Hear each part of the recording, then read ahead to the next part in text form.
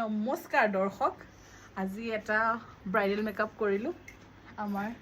আৰান্ধৰাক কুকি চবটো জপাই দিয়া কেনেকুৱা লাগিছে বাৰু গাইজ জনাব সেইফালে খোপাটো খুব ধুনীয়া মেকআপ কৰিছে বিয়া হ'ব মন গৈছে আকৌ হ'ব মন গৈছে লগৰবিলাক কৈছেহে এতিয়া মই হ'লোৱে ল'ৰা ডাঙৰে হ'ল